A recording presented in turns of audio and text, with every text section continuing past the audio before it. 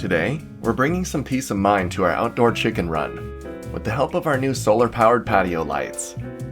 They come shipped to your door with just about everything you need to get started. Inside the box, you have your user manual, stakes and hardware, a spare bulb, a whopping 48 feet of string lights, and lastly, the solar panel. You can mount this on a stake or use the mounting bracket on the back. We're mounting this to wood, so we're going to need a screwdriver, some extra screws to hang the lights, and a ladder. Lay out your lights and run them along the area that you plan to mount to get an idea of the coverage area. I know where I want it to end, so I'm hanging them from the non-plug-in side first. I drilled little screws through the mounting holes on the top of the light, directly into the wood, and ran the cable along the roof of the chicken run. I spaced out the lights to cover all the areas I wanted to see, and then looped back to the spot that I planned to mount the solar panel. After all the lights were hung, I connected the cable to the solar panel and then bolted that up so it was facing the sun. Then, I did a little cable management and tucked the excess cable away. And like that, we're almost good to go. For first-time use on solar panels, it's recommended to charge them up fully and then let the sun top it off each day. So I left it charging and waited for the sun to go down while I contemplated life. We need more solar panels on the farm. Solar is the way to go. Why don't I have more solar panels? I also want a wood stove. Anyway, the sun is now set, the lights are now at full charge, and we're ready to go.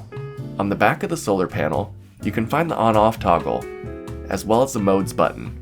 Click the on button, and you're immediately lit up with 48 feet of warm glowing light coverage. Our whole outdoor chicken area is lit, and we can even see more of our backyard. It's such a welcoming glow that you just want to spend time in the area. Then, you can press the modes button on the back and cycle through the 4 lighting modes.